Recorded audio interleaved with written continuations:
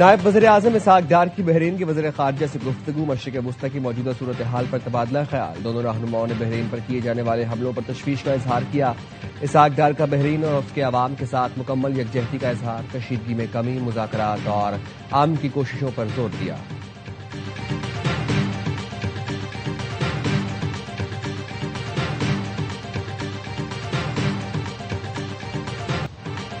امریکی اور اسرائیلی طیاروں نے ایران پر حملے تیز کر دیے، تہران، اصفہان، تبریز اور کارک میں دھماکے، تہران پر حملے میں 40 افراد شہید، متعدد زخمی، گورنر اصفہان کا دفتر، یونیسکو کے عالمی ثقافتی ورثہ اور قدیم شاہی محل بھی نشانہ بنا۔ اصفہان میں نیوکلیئر سائٹس کے قریب دھماکے ہوئے، مشرقی تہران میں صنعتی مرکز اور رہائشی عمارتوں کو نشانہ بنایا گیا، 1 سال کی بچی شہید ہو گئی، خمین میں اسکول اور گھروں پر حملے کیے گئے۔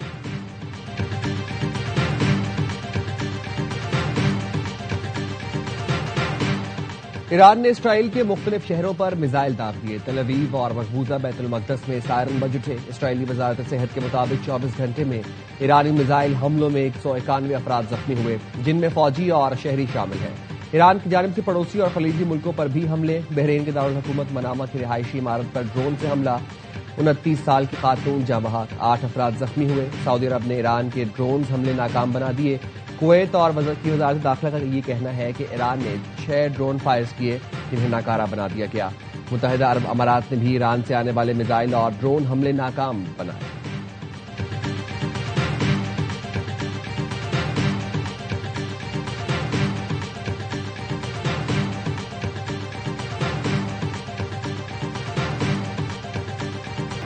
لبنان میں 11ویں دن بھی اسرائیل کے حملے جاری، 83 بچوں سمیت 400 سے زائد افراد شہید ہو چکے۔ یونیسیف کا کہنا ہے لبنان پر اسرائیلی حملوں میں یومیہ 10 بچے جان سے جا رہے ہیں، ہر دن 26 بچے زخمی ہوتے ہیں۔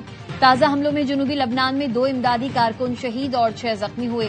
لبنانی وزارت صحت کا کہنا ہے ایمبولینس ٹیموں کو دانستہ طور پر نشانہ بنایا گیا جو متاثرہ علاقوں میں طبی امداد فراہم کر رہی ہیں۔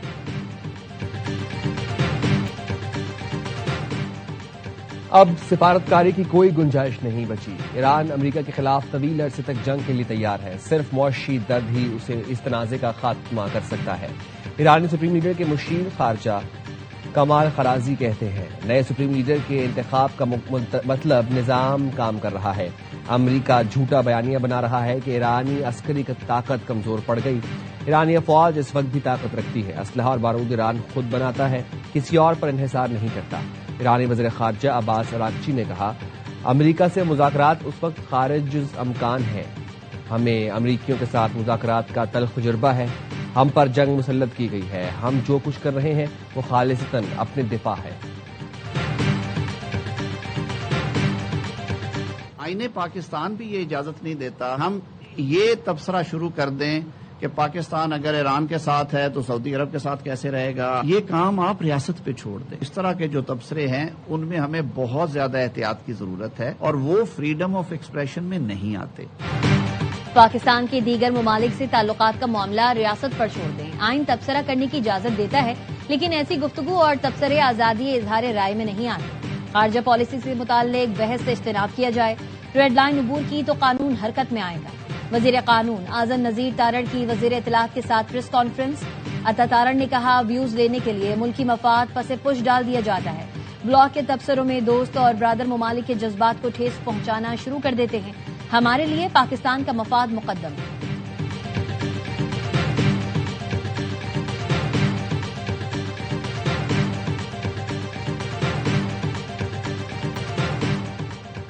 بانی پی ٹی آئی کو شفا اسپتال منتقلی کی درخواست کی سماعت 12 مارچ تک ملتوی، سماعت بانی کے وکیل کی جیل رولز کے حوالے سے تیار نہ ہونے کی وجہ سے ملتوی کی گئی۔ دوران سماعت جسٹس ارباب محمد طاہر نے پوچھا عدالت کو کیا سننا چاہیے، اپیل یا میڈیکل گراؤنڈ کی درخواست۔ ایڈوکیٹ جنرل اسلام آباد نے کہا جیل سپرنٹینڈنٹ کی رپورٹ عدالت میں جمع ہے۔ ایڈوکیٹ جنرل اسلام آباد نے بانی پی ٹی آئی کی شفا اسپتال منتقلی درخواست کی قابل سماعت ہونے پر اعتراض کیا۔ جسٹس ارباب محمد طاہر نے ریمارکس دیے فریقین تیاری کر کے آئیں، پرسوں سن کر فیصلہ کریں گے۔ بیرسٹر گوہر کہتے ہیں بانی سے ملاقات ہو جاتی تو ان کی صحت سے متعلق تشویش ختم ہو جاتی۔ 15 بار سپریم کورٹ گئے، پھر ہائی کورٹ بھیج دیا گیا، اب 20 بار ہائی کورٹ آ چکے ہیں۔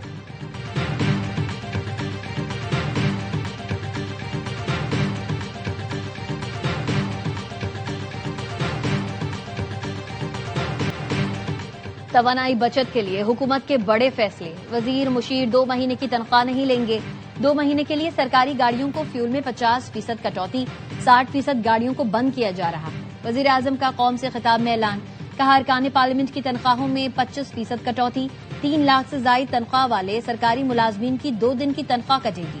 بیرون ملک دوروں پر مکمل پابندی عائد کر دی گئی، سرکاری اشائیوں اور افطار پارٹیوں پر مکمل پابندی، حکومت کا آن لائن ورکنگ کو ترجیح دینے کا فیصلہ، ہفتے میں 4 دن دفاتر کھلیں گے، اسکولوں میں 2 ہفتے کی چھٹیاں، آن لائن کلاسز ہوں گی، پنجاب اور بلوچستان میں تعلیمی ادارے بند، سندھ حکومت کا تعلیمی ادارے کل سے 31 مارچ تک بند رکھنے کا فیصلہ، امتحانات وقت پر ہوں گے، کے پی حکومت کا 2 ماہ کے لیے خصوصی اقدامات کا اعلان، مراسلہ جاری، سرکاری دفاتر میں 50% تک ورک فرام ہوم کی ہدایت، تعلیمی ادارے جمعہ اور ہفتے کو بند رہیں گے۔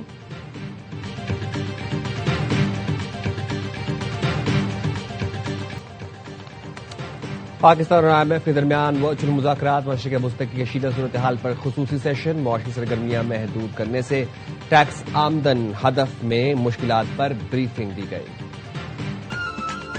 اور ملک بھر کے لاکھوں مسلمان آج سے اعتکاف کریں گے، تاک راتوں میں شب قدر تلاش کریں گے، مردوں کے لیے مساجد اور خواتین کے لیے گھروں میں تیاریاں جاری۔